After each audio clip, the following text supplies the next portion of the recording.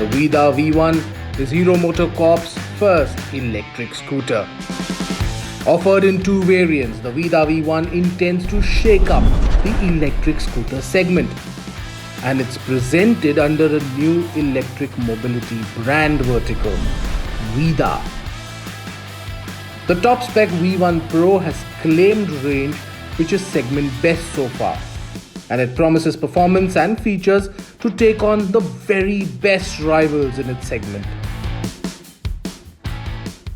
Our first ride at Hero MotoCorp's test track is brief, and as first impressions go, dynamically, the Vida V1 is quite promising. The riding position is neutral and comfortable.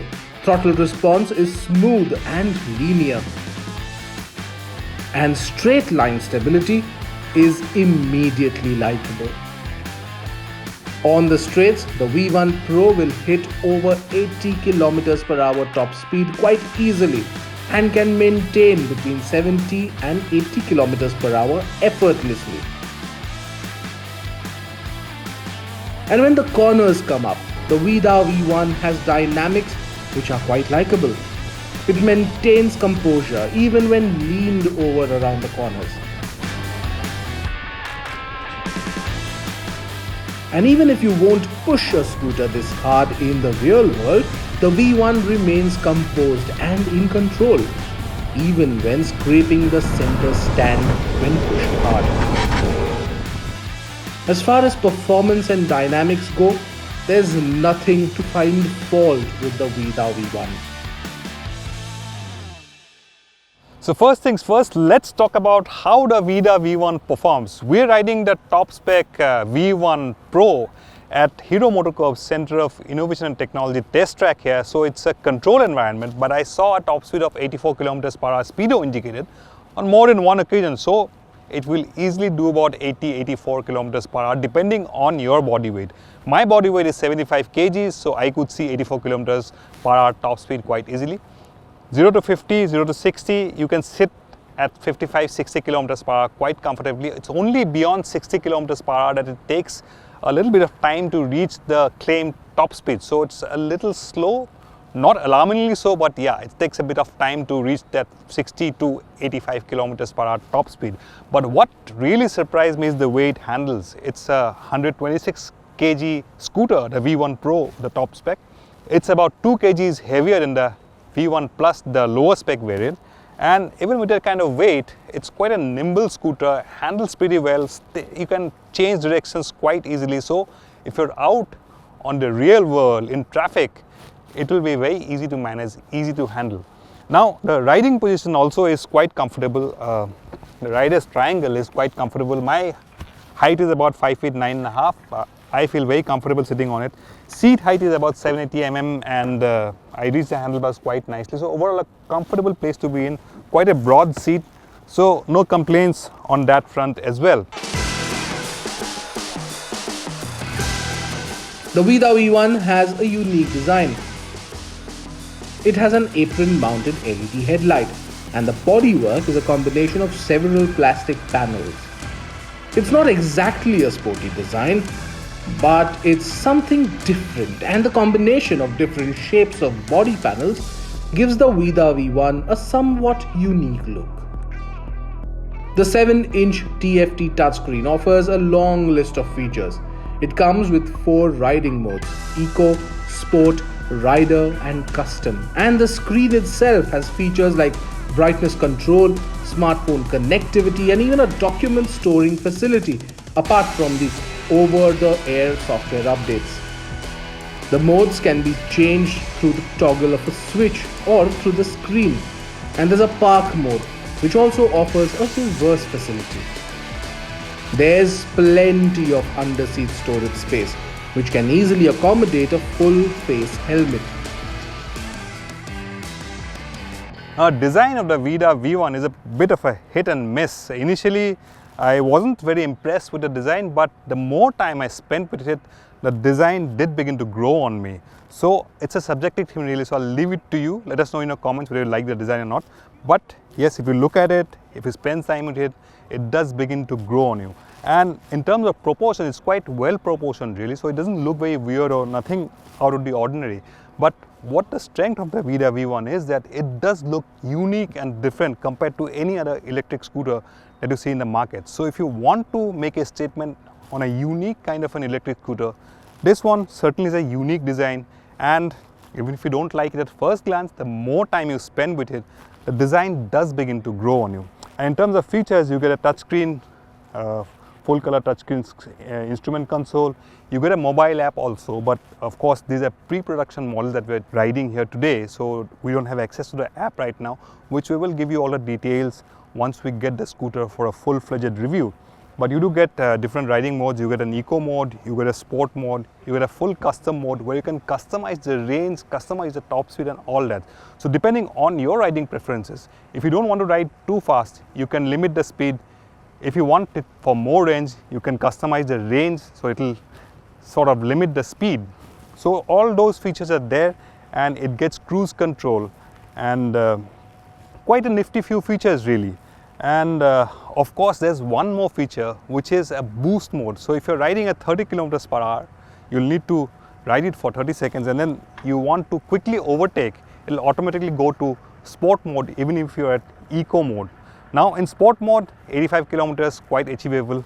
On the Pro, 0 to 40 is a claimed 3.2 seconds. On the Plus, which is the lower spec variant, 0 to 40 kilometers per hour is a claimed 3.4 seconds. We haven't been able to test the actual acceleration because of limited time, but from the get-go, the Vida V1 Pro is quite quick from the get-go.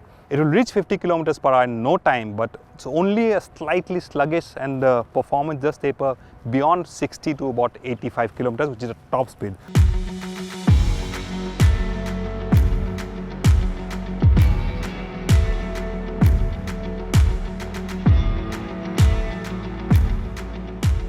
But what matters to the typical electric scooter consumer is range, as well as charging time.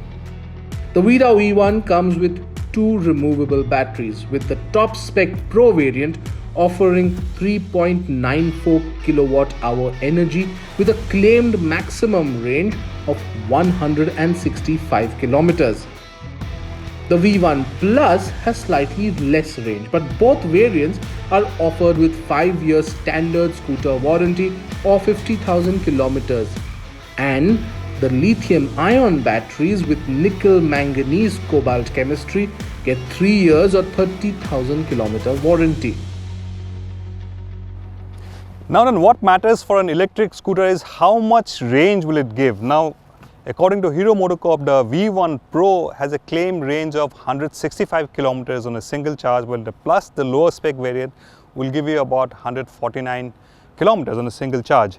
Of course, we haven't had time to check those ranges here, which we'll do once we get it for a proper elaborate review. But the thing is, how do you charge it? There are 3 ways you can charge it. You can charge it with a DC fast charger, which you can also use the Aether Grid and Hero MotoCorp's own network of public DC fast chargers. And you can hook up the scooter to this point. If you have a plug point outside your home, leave it for charging, it will charge from 0 to 100% in about 5.5 hours. Third option is the batteries are removable. So you can carry these bottles, park the scooter downstairs, you can carry these batteries to your home or to your office, wherever you may be, and leave them charged for about 5.5 hours, and they'll be charged. And the best part is 2 batteries, of course, it's 1 and 2. You can also run the scooter on 1 battery and leave the second battery for charging during the day while you use the scooter. Of course, the range will be halved if you do so. So that's a pretty neat thing to do. So even if you don't have a plug point installed outside your home, if you live in a high-rise apartment, you have problems accessing a plug point, you can very easily remove the battery and put it on charge overnight so that there is no range anxiety whatsoever. During our test ride, very brief test ride, of course about an hour, I started off with about 98% charge on the scooter, and it dropped to about 42-43% charge, but the range has dropped quite a bit. Of course, that's something, it's a pre-production model, this one, so Hero said there will be more improvements on the scooter, so the real range will only get to know once the production models are rolled out. So that's something we'll look to see and test what the real actual range is. But so far, on the handling, on the performance, no complaints whatsoever. The weight distribution is quite nice, even if you throw it around very nicely, very nimble. And the best part about the V1 Pro is the claimed range of about 165 kilometers. In the real world, even if you get about 120, 110, 120 kilometers, no range anxiety. Like we said, remove one battery, put it on charge, so no range anxiety whatsoever.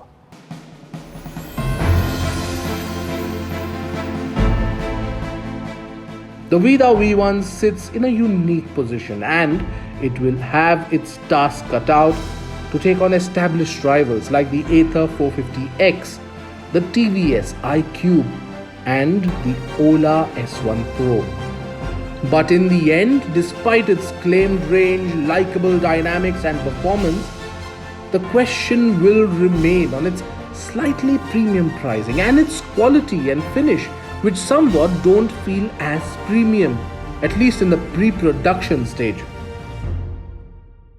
So that brings us to the question, is the Vida V1 Pro worth 1,59,000 ex-showroom? Yes, the top spec V1 Pro costs about 1,59,000 after FAME 2 subsidies. And depending on the state you buy it, you may be expected to get further subsidies. Like in Delhi, it'll cost slightly less than that. Well, this is again a pre-production model that we're riding today very briefly at the test track here. So build quality could have been slightly better considering the premium you pay for it. And even for the V1 Plus, you also end up paying about 1,45,000. On the face of it, it does look a little pricey. But when you think about how you're going to buy it, before you make a buying decision, you can take a test ride of this scooter, keep it for 3 days. Yes, you heard it right. You can do a test ride for 3 days and then take a decision whether you want to buy it or not. And even if you do end up buying it, the company will buy it back at 70% of the cost within 16 to 18 months. Yes, even if you buy it 16 to 18 months, you change your mind, the company will buy it at 70% of the cost. So those two things really make it a compelling choice in the electric scooter market today. And considering Hero MotoCorp's strength and what they're planning with the Vida brand, network, fast chargers, all that jazz, the V1 does have its strengths and it does make for a good choice in the electric scooter segment. But again, we'll reserve our final judgment till we get to do a complete elaborate review out on the road. Because at the test track, we could only see top speed and handling. We don't know what the ride quality will be like over potholes, over broken holes, and we don't know what the actual range will be. So we'll reserve our final judgment, but for now, first impressions are quite positive. The Vida V1 will be delivered to customers starting December in Delhi, Jaipur and Bengaluru. By the end of the year, it will also be offered across other cities. Eventually, its success will depend on the market response, considering it's still one of the priciest electric scooters in its segment right now.